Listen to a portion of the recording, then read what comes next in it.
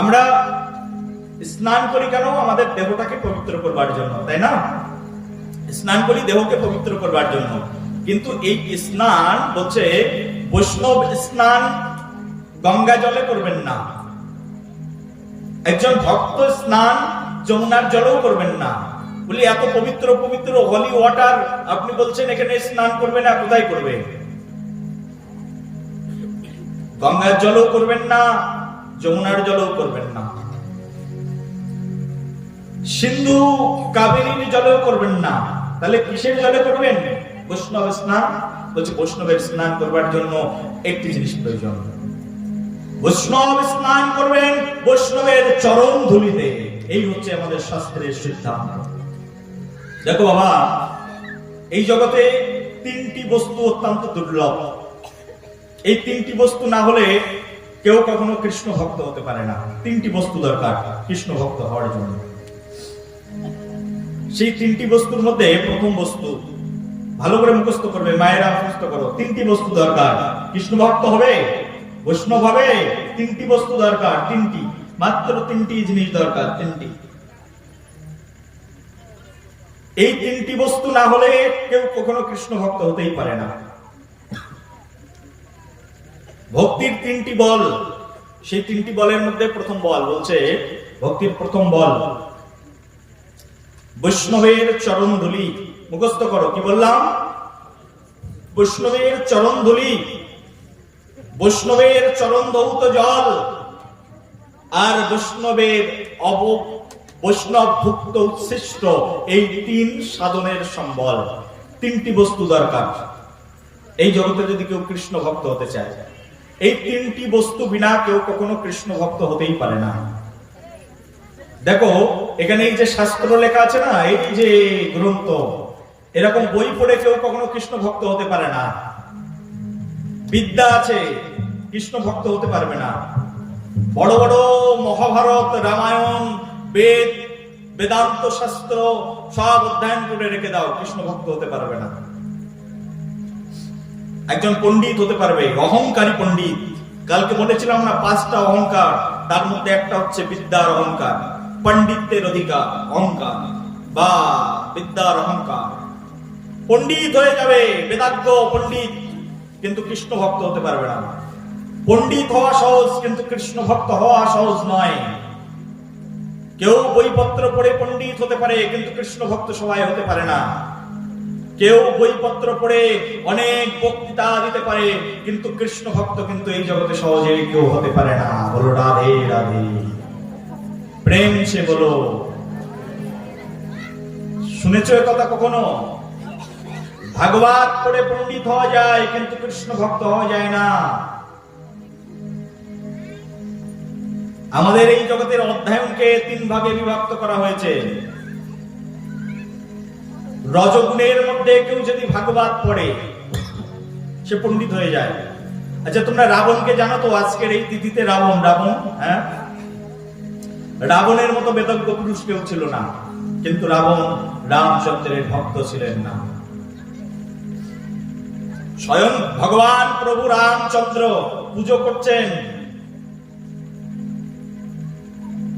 আহ্বান করছেন, সেই আহ্বানী আবাহন মন্ত্র পাঠ করবার জন্য ব্রাহ্মণ খুঁজতে খুঁজতে রাবণকে নিয়ে এসছেন, তুমি পাঠ করে শোনাও, কারণ তুমি ছাড়া এত বড় বেদজ্ঞ পণ্ডিত আর কেউ নেই। রাবণ এসেছেন রামচন্দ্রের পূজা করবার জন্য, যজমান হয়ে গেছেন প্রভু। বুঝতে পারছেন তো? কারণ তিনি বেদাজ্ঞ ছিলেন, পণ্ডিত ছিলেন, কিন্তু ভক্ত ছিলেন না। অসুরদের গুরু শুক্রাচার্য অনেক বড় পণ্ডিত, বেদের এমন কোন শাখা নেই যার জানা নেই, কিন্তু কৃষ্ণ ভক্ত নন, ভগবানের ভক্ত নন। বহু পণ্ডিত সমাজে রয়েছে, কিন্তু কৃষ্ণ ভক্ত সবাই হতে পারেন না। কারণ পাণ্ডিত্য আলাদা জিনিস। বক্তৃতা সবাই দিতে পারে, কিন্তু ভক্ত সবাই হতে পারে না। আমি বর্তমান সময়ে কখনো কখনো এখন তো মোবাইলের যুগ চলে এসেছে, মোবাইলটা হাতে খুললেই দেখি কেউ ভাগবত পাঠ করছে। ভাগবত পাঠ করছে, গলায় একটা তুলসীর মালা পরা নেই, আবার কপালে একটা তিলক পরা নেই। কারণ ভাগবত বক্তা হয়েছে, ভক্ত হয়নি। বলো রাধে রাধে, প্রেম সে বলো। ভাগবত বক্তা হয়েছে বটে, 2-5 লাখ টাকার আসর জমাই বটে, কিন্তু কৃষ্ণ ভক্তি হৃদয়ে লাভ করেনি, কৃষ্ণ ভক্ত হন। এরকম অনেক পেয়ে যাবে, তোমার আশেপাশেই আছে, আশেপাশেই আছে, খুঁজে দেখো। কপালে তিলক পরে না, ভাগবত পাঠ করছে, 7 দিনের ভাগবত সপ্তাহ। আমার এখানে তো 500-700 মানুষ বসে আছে, সেখানে তো 2000-5000 মানুষ বসে থাকে, ভাগবত পাঠ হচ্ছে। কি হচ্ছে? কলির কীর্তন হচ্ছে। আচ্ছা বাবা, যে ব্যক্তি মধু খায়নি সে ব্যক্তি অন্যকে মধুর স্বাদ বর্ণনা করে বোঝাতে পারে কি? হ্যাঁ, ও মা, পারে? হ্যাঁ, মধু আমি খাইনি, ভক্তি কি জিনিস আমি জানি না, আমার কপালে এখনো তিলক ওঠেনি, আমি অন্যকে কি করে বুঝাবো ভক্তি বস্তুটা কি? সেজন্য বাবা শাস্ত্রের মধ্যেই বর্ণনা করা আছে, সাবধান সাধু সাবধান। অবৈষ্ণবো মুখোদ্ঘৃণাম পুতম হরি কথাম মৃতম। অবৈষ্ণবের মুখ থেকে যদি হরি কথা উচ্চারণ হয়, অবৈষ্ণব, বৈষ্ণব চিনব কি করে? কেউ কেউ বলতে পারো তিলক পড়লেই কি বৈষ্ণব হয়? তিলক না পড়লেও তো বৈষ্ণব হওয়া যায়। না বাবা, হওয়া যায় না। তিলক না পড়লে বৈষ্ণব হওয়া যায় না, গলায় তুলসীর মালা না পড়লে বৈষ্ণব হওয়া যায় না। এটা বৈষ্ণবের চিহ্ন। তুমি যদি বৈষ্ণব হবে তোমাকে এই চিহ্ন ধারণ করতে হবে। যে যে স্কুলে পড়বে তাকে সেই স্কুলের স্কুল ড্রেস পরে যেতে হবে। এই বৈষ্ণবের স্কুল ড্রেস হচ্ছে এটা। আমি বৈষ্ণবের খাতায় নাম তুলেছি, তার পরিচয় হচ্ছে এটা। এই যে গলায় গুরুদেব আমাকে এই যে বাঁধন দিয়ে দিয়েছে। আজকে কয়েকজন ভক্ত এসেছেন হরিনাম নেওয়ার জন্য আমার কাছ থেকে, এই গলায় বাঁধন দিয়ে দিয়েছি। আজ থেকে তোমার পরিচয়, তুমি দাস, তুমি কৃষ্ণের দাস। এই গলায় দড়ি দিয়ে দিলাম। মালিক গরুর গলায় দড়ি দিয়ে দেয়, 10 হাত দড়ি লাগিয়ে দিয়েছে। 10 হাতের বেশি তুমি যাবেও না, খাবেও না। যতটুকু খাওয়ার, যতটুকু যাওয়ার, এই 10 হাত যাবে, তার বেশি যাবে না। বলো রাধে রাধে, বলো রাধে রাধে, প্রেম সে বলো। 10 হাতের বেশি যাবে না, খবরদার। এই যে গলায় মালা। বৈষ্ণব হতে গেলে তাকে কণ্ঠে মালা ধারণ করতে হবে, এটাকে বলে কণ্ঠী মালা ধারণ করতেই হবে। বৈষ্ণব হতে গেলে তাকে দাদা সঙ্গে তিলক করতে হবে, একটি অঙ্গ নয়, দাদা সঙ্গে উত্তরকুণ্ড তিলকম করতেই হবে তোমাকে। বলছে অবৈষ্ণবের মুখ থেকে যদি কৃষ্ণ কথা, ভাগবত কথা পাঠ শ্রবণ করো, কি হবে শোনো। অবৈষ্ণবের কাছ থেকে পাঠ শ্রবণ করলে কি হয়? অবৈষ্ণব মুখোদ্ঘৃণাম পুতাম হরি কথাম মৃতম শ্রবণ নৈব কর্তব্য স্বল্প উচ্ছিষ্ট বিষপয়। বলছে এক বাটি দুধ রাখা আছে, আর একটা সাপ ঘুরতে ঘুরতে ঘুরতে ঘুরতে আসলো, ওই দুধের মধ্যে মুখ দিল, মুখ দিয়ে একটুখানি দুধ আস্বাদন করলো, আর নিজের মুখের বিষটা মধ্যে ঢেলে দিয়ে চলে গেল। তুমি জানো না দুধটা নিলে আর তুমি খেলে, সঙ্গে সঙ্গে তোমার ওখানেই মৃত্যু হয়ে যাবে। বলো রাধে রাধে, প্রেম সে বলো। এটাই হচ্ছে প্রকৃত সত্য কথা। অবৈষ্ণবের মুখ থেকে কৃষ্ণ কথা শ্রবণ করবে, শুনতে ভালো লাগবে, জ্ঞানের কথা বলছে, জ্ঞানের কথাই তো ভাগবতে তো আছে, জ্ঞানের কথা। কিন্তু তোমার যে জিনিসটা প্রয়োজন, যা পেলে মানুষ সর্বস্ব ত্যাগ করে দেয়, যা পাওয়ার আশায় সর্বস্ব আমি সব ছেড়ে দিয়ে বৃন্দাবনে এক কাপড়ে বসে বসে ভজন করেছেন, ওই জিনিস তুমি আর পাবে না, ভক্তি আর পাবে না। ওই অবৈষ্ণবের মুখ থেকে ভাগবত পাঠ শ্রবণ করতে থাকলে, অবৈষ্ণবের মুখ থেকে কৃষ্ণ কথা শ্রবণ করতে থাকলে তোমার আর বৈষ্ণবের মুখের কথা ভালো লাগবে না। তখন মনে হবে এ বাবা কি বলছে, এ তো শুধু ভক্তি ভক্তি করে মাথা খারাপ করে দিল, এ তো শুধু রাধারানীর কথা বলে, এ তো শুধু গৌরাঙ্গের কথা বলে, এ তো শুধু তুলসীর অর্চনের কথা বলে, এ তো দেখছি একাদশী ব্রত পালনের কথা বলে। ওই যে বাবা এসেছিল পাঠ করতে, কত মধুর মধুর কথা বলে গেল, ভালোই লাগবে না তোমার বৈষ্ণবের মুখের পাঠ। কারণ তোমার তো অবৈষ্ণবের মুখের পাঠ শুনতে শুনতে বিষ খেতে খেতে তুমি বিষ কন্যায় পরিণত হয়ে গেছো। বিষ খেতে খেতে তুমি 20 পুরুষে পরিণত হয়ে গেছো। তোমার আর বৈষ্ণবের কথা কি করে ভালো লাগবে? কি করে বৈষ্ণবের কথায় তোমার আর রুচি আসবে? বৈষ্ণবকে দেখলে তখন তোমার ঘৃণা হবে। বলো রাধে রাধে, প্রেম সে বলো। সেই জন্য বাবা খুব সাবধান, খুব সাবধান। কলিযুগে সাবধানের মার নেই, সাবধান থাকতেই হবে। কলিযুগে যদি ভজন সাধন করতে চাও, অত্যন্ত কঠিন এই কলিযুগে ভজন সাধন করা। কেউ কেউ আমাকে বলে, বাবা আমি তো ভগবানের ভক্ত, গলায় মালা করি না, তাতে কি আছে? আমি তো সারাদিন সারা রাত ভগবানের নাম জপ করি, জপের মালা আমার কাছে নেই, তাতে কি আছে? সারাদিন হরি নাম করি। বাবা মিথ্যা কথা বলবে না। সারাদিন স্ত্রীর নাম জপ করো, সারাদিন সংসারের মালা জপ করো, সারাদিন কোথার থেকে টাকা আসবে, কোথার থেকে অর্থ আসবে, কি করে ছেলেকে বড় করব, কি করে মেয়েকে বড় করব, কোথায় গেলে মানুষকে ঠকাতে পারবো, কি করে পরশ্রী কাতরতা, বড় উৎপীড়ন বেড়ে যাবে, এই সবের কথা চিন্তা করতে করতে তোমার দিবস রজনী কেটে যায়। আর তুমি বলছো আমি সারাদিন হরিনাম করি, আমি সারাদিন হরিনাম করি, মালা নেই, তাতে কি আছে? মিথ্যা কথা, প্রবঞ্চনা। একজন শিক্ষকের কাছে ছাত্র যতই মিথ্যা কথা বলুক না কেন, যতই রঙ্গ করে আসুক না কেন, শিক্ষকের কাছে সে ধরা পড়বেই পড়বে। ওই দেখেছো না টিটি গুলো আসে, যার কাছে টিকিট নেই, টিটি গুলো খুঁজে খুঁজে তার কাছে গিয়ে দাঁড়ায়, এই দাও টিকিট দাও। কারণ সে এই মানুষের মাইন্ডের উপরে রিডিং করে এসেছে, মানুষের মুখের ফেসের উপরে অনেক পড়াশোনা করে করে তারপরে টিটি হয়েছে। তোমার কাছে সেই ধরবে, আগে দাও টিকিটটা দাও।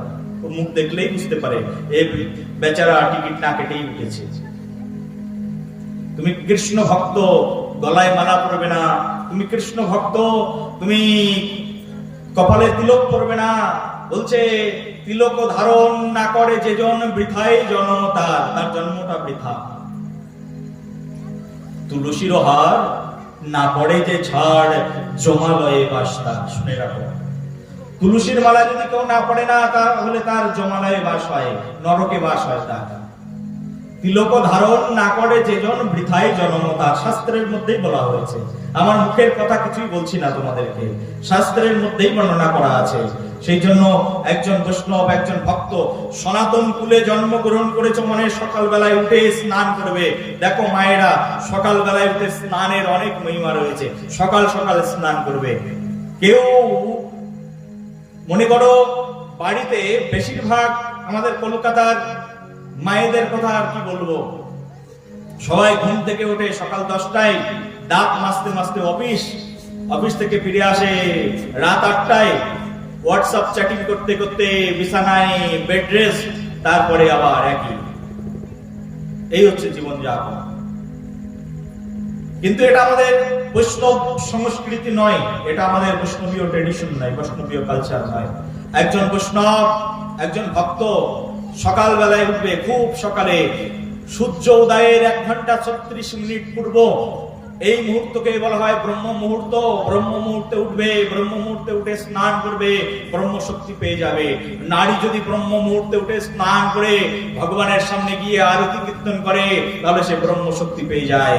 ব্রহ্ম শক্তিতে তার দেহের মধ্যে দিব্য জ্যোতি উদ্ভাসিত হয়ে যায়, তার বাক্য সত্য হয়ে যায়, সতী সাধ্বী রমণীতে পরিণত হয়ে যায়। যে স্ত্রী এই সকালে সূর্য উঠে গেছে তারপরে গিয়ে স্নান করে, তার সতীত্ব নষ্ট হয়ে যায়, তার বাক্য অসত্য বাক্যতে পরিণত হয়, তার সন্তানের আয়ু হরণ হয়ে যায়, তার স্বামীর আয়ু হরণ হয়ে যায়, তার সংসারের মধ্যে অলক্ষ্মী এসে বাস করে, একে একে তার সংসার ধ্বংস হয়ে যায়। বলো রাধে রাধে, বলো রাধে রাধে।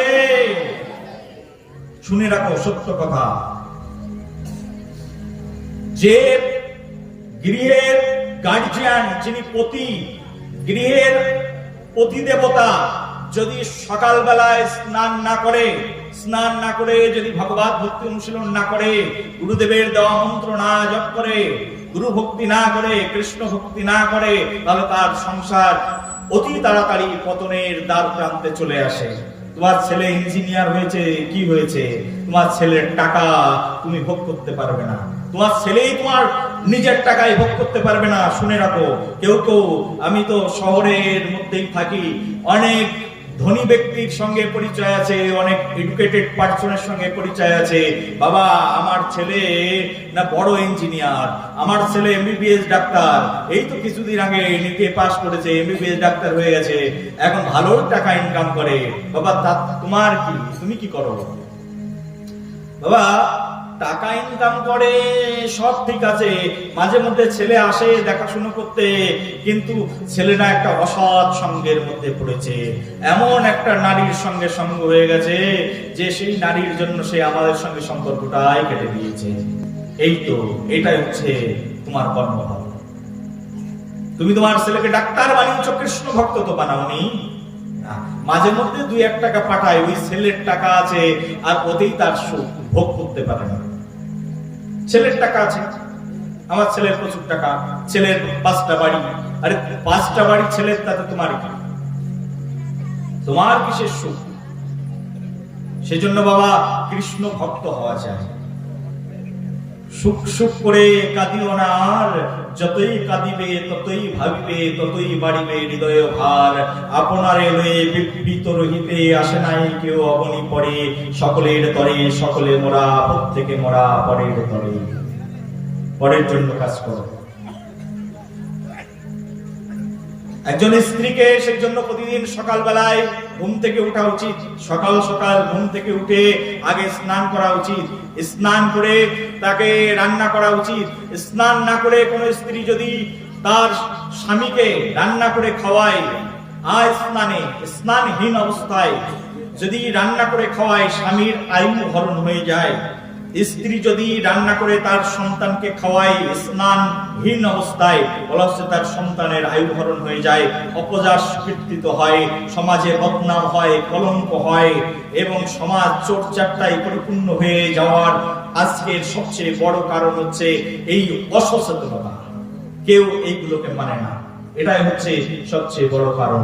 বলো রাধে রাধে।